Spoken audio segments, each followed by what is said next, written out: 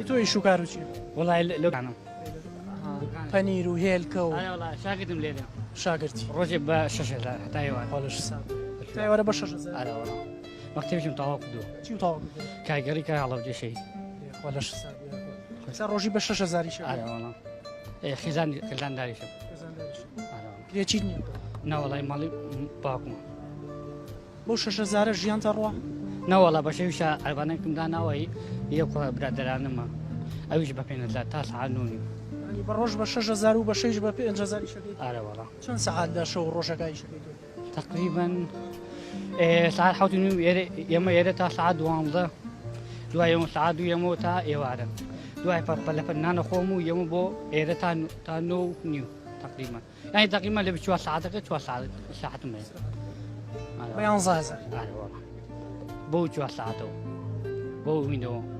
بشوا ساعتك تقريبا 5 ساعاتي نمنا معه لو يشكم تو على معنا ميوش تفرش بربع على نشا بەمە ژیان و ناگوزرێ نا والله يجيبكم هەرەمە هەیە بیکی على واحدة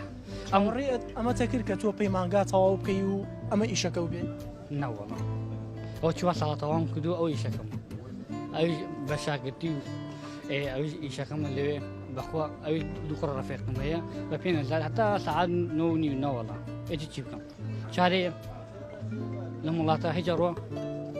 هذا ولا بتشوف ساعتك تقريبا تانو تقريبا تا بو ساعة دوام ده يعني أشياء أخوي إذا بعدين ساعات حوجيته يدا أو دو كانك